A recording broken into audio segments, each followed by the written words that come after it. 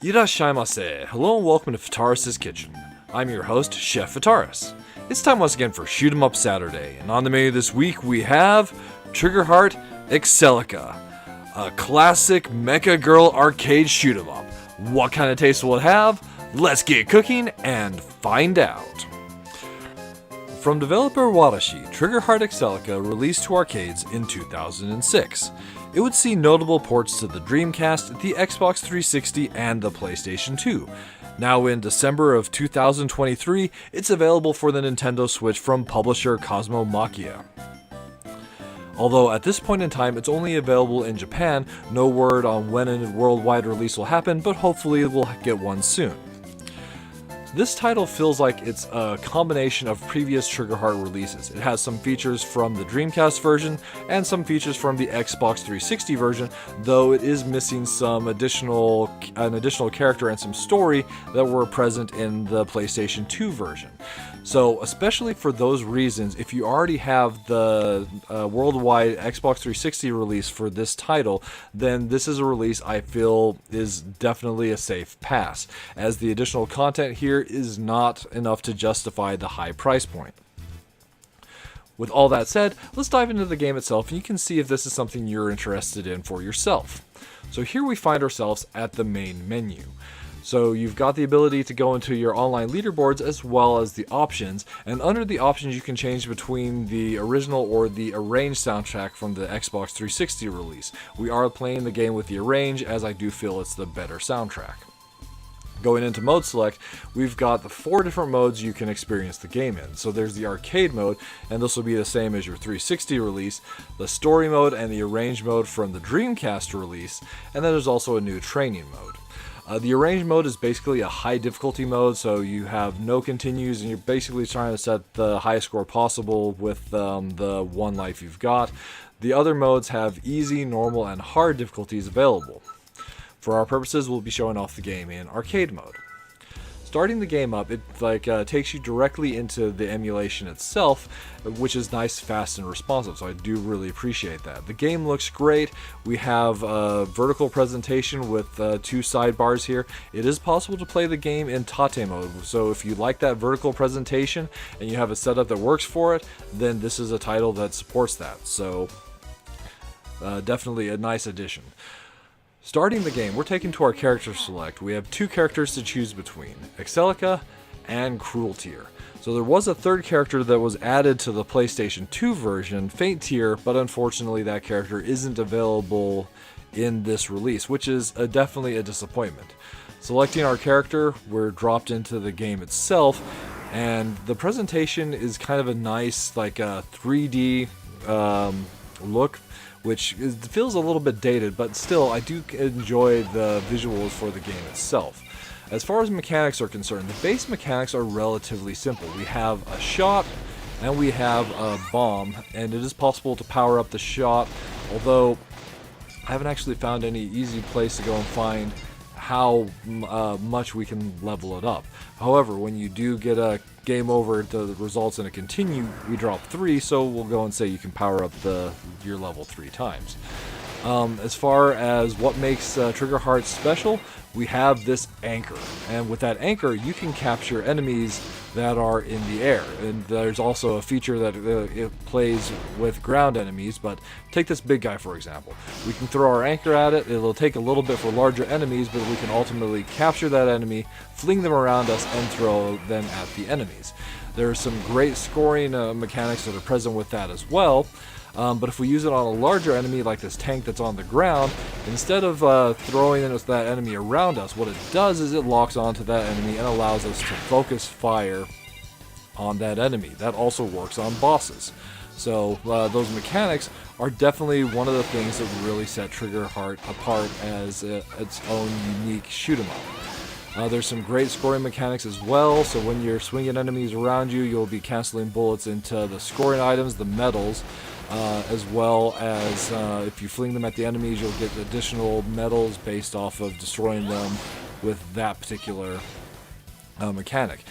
So you can see over here on the left we have our score, followed by some hearts. Those are our number of lives, and under that you have the number of scoring items or medals that we've obtained. And at the bottom you have the number of bombs. So here we find ourselves facing the game's first boss, so we can use that lock-on mechanic that I was talking about. So we'll throw our anchor at the main weak point and start firing. So even if I move left or right, we'll still be locked onto that center point of the enemy. You do get bonuses for defeating enemies faster, and it's possible for enemies to time out as well. Let's go ahead and show you how bomb works also. So this is easy mode. One of the big differences between playing the game on easy and normal is a lot of the bullets are cancelable with our own shots on easy difficulty. However, that's not the case when you're playing on harder difficulties, thus making things significantly more difficult. Boss down, and we move on to our results screen. So there is an optional second boss on the first and third stages if you obtain certain requirements, basically getting 300 of the 3,000 of the scoring item in the first and third stages. However, if you're playing the story mode, that particular encounter happens by default, so something to keep in mind. All that does also play into account. This game does have multiple endings. It has a regular ending as well as a true ending that you can obtain.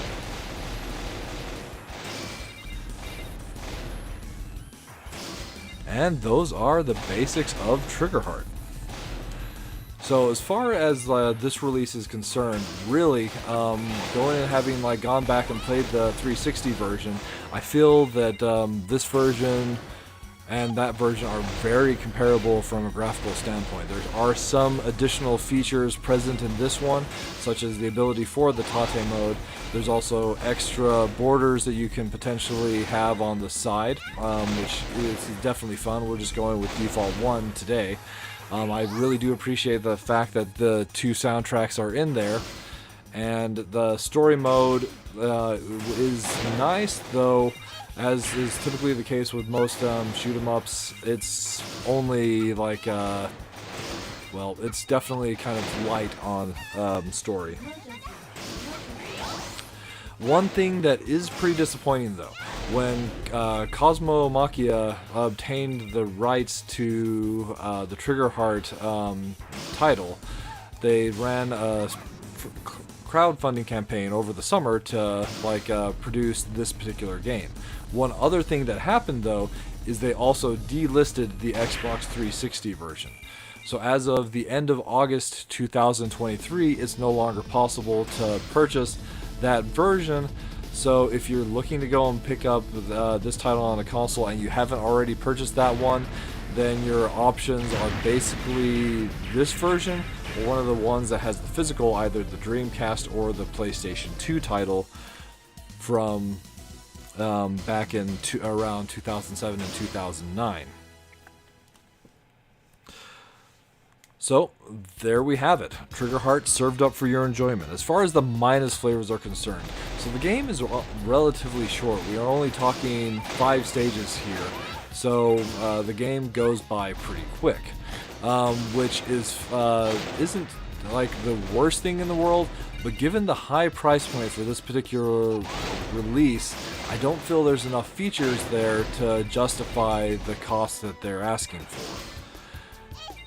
In addition to that, we also have some missing features from the enhanced PlayStation 2 version, and I feel that given what they were asking for and the kind of release they were looking to have for this title, those really should have been included in this particular release. But on the plus side, so the anchor mechanic in particular is a lot of fun. Grabbing enemies and then flinging them back at all the other enemies or using them to cancel bullets is a really great fun mechanic to play around with. And the fact that it goes and plays in so strongly to the scoring of the game as well, it just kind of helps this one stand apart as a unique bullet hell shoot 'em up from the mid-2000s.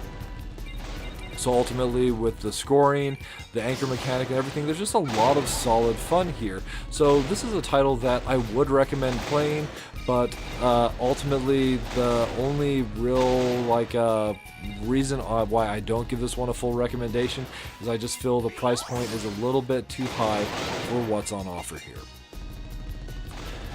And with that, that'll just about wrap it up for this week's episode of Shoot 'em Up Saturday.